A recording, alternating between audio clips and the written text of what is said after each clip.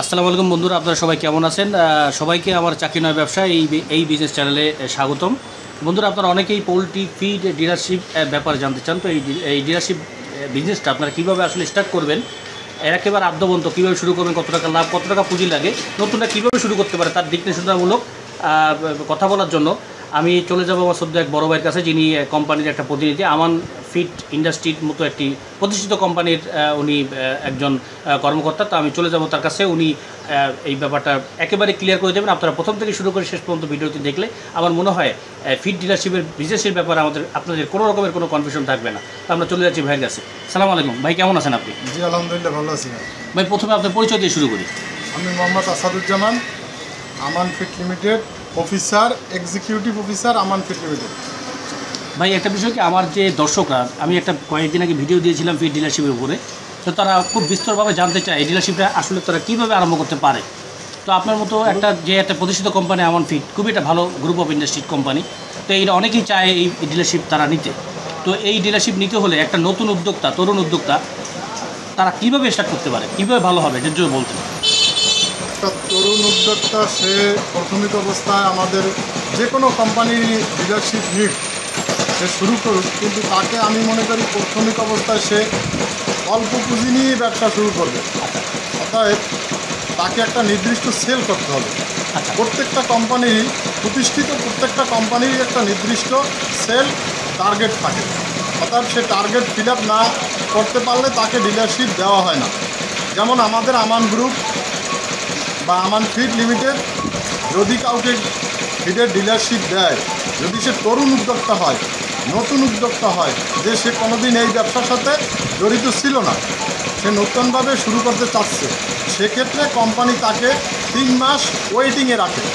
মানে তাকে অল্প অল্প করে ব্যবসা করে তাকে কোম্পানি দেখে যে সে কতদূর কি সেল করতে পারে, তার ক্যাপাসিটি আছে কি না, এটা দেখার জন্য তার লাগে কি, সে ডিলারশিপ নেওয়ার জন্য কোম্পানিতে তার জাতীয় পরিচয়পত্রের একটা ফটোকপি দেওয়া লাগে, তার 2 কপি ছবি দেওয়া লাগবে, তার ট্রেড লাইসেন্স যেটা ইউনিয়ন পরিষদ দেয়, পৌরসভা দেয়, এখান থেকে যে একটা ট্রেড লাইসেন্স, সেই ট্রেড লাইসেন্সটা একটা ফটোকপি লাগে। এছাড়া কোনো ক্ষেত্রে এমআইসি আর ব্যাংক চেক লাগে। আচ্ছা, এখন ডিলারশিপ নিয়ে সে তো প্রথম মাসেই কোনো লোক 20 টন ফিড সেল আশা করে না বা 10 টন আশা করে না। সে আস্তে আস্তে করে যদি সে ব্যবসাটা করে, তাহলে সে অল্প অল্প করে ব্যবসা করে কোনো একদিন সে তার দ্বার প্রান্তে পৌঁছাইতে পারবে। কিন্তু যদি সে একবারেই, যে কোম্পানির একটা টার্গেট দেওয়া থাকে যে 20 টন বা 10 টন, সে যদি ওইটা একবারেই চেষ্টা করে যে আমি প্রথম মাসেই করবো, দেখা যায় যে এই ব্যবসায় তো রিস্ক আছে। রিস্কটা হয়েছে তার মুরগি মার্কেটে বিক্রি করতে হয়, আচ্ছা, রেডি মুরগি, আচ্ছা, এরপর আবার বাচ্চা খামারিকে দিতে হয়, আচ্ছা, খামারিকে তার ইনভেস্ট করতে হবে। কোম্পানির কাছ থেকে প্রোডাক্টটা কিনবে ক্যাশে, কিন্তু খামারিকে দেবে সে বাকিতে, জি, এবং বাচ্চাও বাকিতে দেওয়া লাগে কোনো ক্ষেত্রে। বাচ্চা বাকি দিয়ে এ টাকা আবার তার রিকভার করে নিয়ে আসতে হয়। কীভাবে রিকভার করবে? এই বাচ্চাটার বয়স, মুরগির যখন বয়স 30 দিন হয়, তখন এই মুরগিটা আবার নিয়ে বিক্রি করা লাগে। যারা রেডি মুরগি সেল করে এই সেল সেন্টারে বিক্রি করা লাগে। এই সেল সেন্টার থেকে আবার তার টাকাটা রিকভার করে নিয়ে আসতে হয়। সেক্ষেত্রে তার কিন্তু 4000 মুরগি, যদি তার ব্রয়লার মুরগি তার কোনো ফার্মে থাকে মাসে, তাহলে ওইখানে 10 টন ফিড সেল করা সম্ভব। এখন 4000 মুরগি তো আপনার যদি 6000 বা 8000 ফার্মারই না থাকে, তাহলে আপনি 4000 মুরগি পার মান্থ বের করতে পারবেন না। কীভাবে পারবেন না? যেহেতু একটা ফার্মে যখন মুরগি 1 দিন থেকে 30 দিন পালা হয়, এই মুরগি যখন বিক্রি হয়ে যায়, এরপরে কিন্তু তার ওখানে একটা গ্যাপ থাকে, 7 দিন, কারো 15 দিন, কারো 10 দিন। সেক্ষেত্রে আপনি 4000 মুরগিতে 10 টন ফিড খায়, এটা ঠিকই, কিন্তু 4000 মুরগি 1 মাসের ভিতরে যদি খামারেই 4000 হয়, তাহলে 1 মাসে সে 10 টন ফিড তার পক্ষে সেল করা সম্ভব না।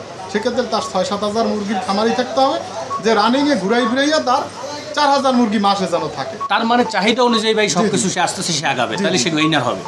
তাহলে সে গেইনার। এখন ভাই একটা কথা, সেটা হলো প্রথমেই সে আসলে কি কার সাথে সে যোগাযোগ করবে, এটা রিলেশনশিপ দিতে চাইলে কার সাথে যোগাযোগ করবে? প্রথমেই যদি সে কোনো কোম্পানির প্রতিনিধি পায়, তাহলে তো কোম্পানির প্রতিনিধির সাথেই যোগাযোগ করে সে পাবে কীভাবে, প্রতিনিধি পাবে কীভাবে? প্রতিনিধি পাওয়ার সিস্টেমটা হলো, যেমন কোন কোম্পানি মার্কেটে তো ব্র্যান্ডের যত কোম্পানি আছে, ম্যাক্সিমাম কোম্পানির অফিসার আছে, মার্কেটিং অফিসার আছে, সেলস অ্যান্ড মার্কেটিংয়ের দায়িত্বে যেমন আমি আছি, নারিশে আছে, বিভিন্ন এখন কোম্পানি। এক কোম্পানি মার্কেটিং অফিসারের সাথে আরেক মানুষের লিঙ্ক আছে, নাম্বার থাকে। জি জি জি। আচ্ছা, এইভাবেই পাওয়া যাবে। জি। আসলে হেড অফিসে যোগাযোগ করে কি খুব বেশি সফলতা আসে না? না, হেড অফিসে যোগাযোগ করলে খুব বেশি সফলতা আসে না, কারণ হেড অফিস থেকেও আপনার ওই এলাকা ভিত্তিক যে অফিসার আছে ওদের নাম্বার দিয়ে আপনাকে বলবে ওনার সাথে যোগাযোগ। আর একটু ক্লিয়ার করেন, আপনি যে বললেন 3 মাস দেখবে, তা 3 মাস একটা লোক চাইলে কি 3 মাস কি তাকে ডিলারশিপ দেওয়া হবে, দিবে নাকি মাল দিবে, তাকে ডিলারশিপ দিবে না? তাকে মাল দেওয়া হবে, কোনো কোনো ক্ষেত্রে নগদ টাকা কিনে নিতে হবে নগদ মালটা। টাকা তার কিনতে হবে। সেক্ষেত্রে তাকে কোম্পানি দেখার জন্য 3 মাস ডিলারশিপ মানে কেমন সে সেল দিতে পারে? জি জি।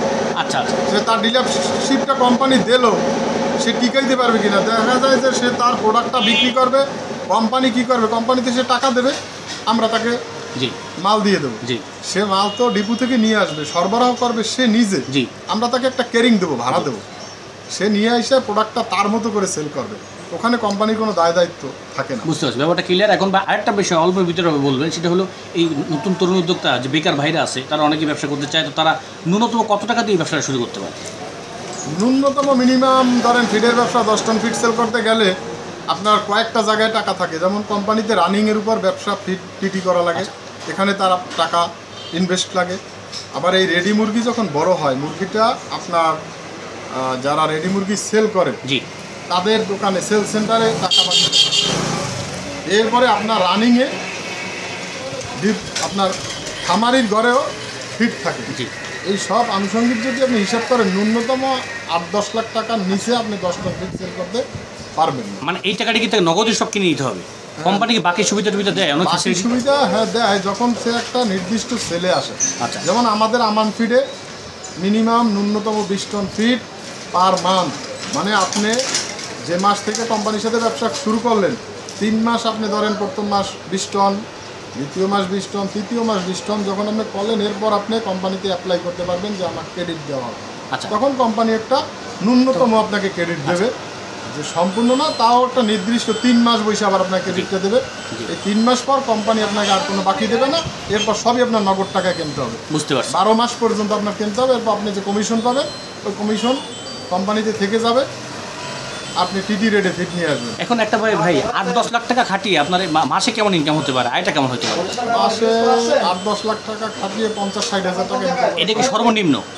হ্যাঁ, 50 টাকা সর্বনিম্ন, এর চেয়ে সর্বোচ্চ 1 লাখের উপরও হতে 1 পারে। লাখ করা সম্ভব না। যদি 80,000 মেডিসিন, ভ্যাকসিন, তারপর বাচ্চা বিক্রি করে সব মিলে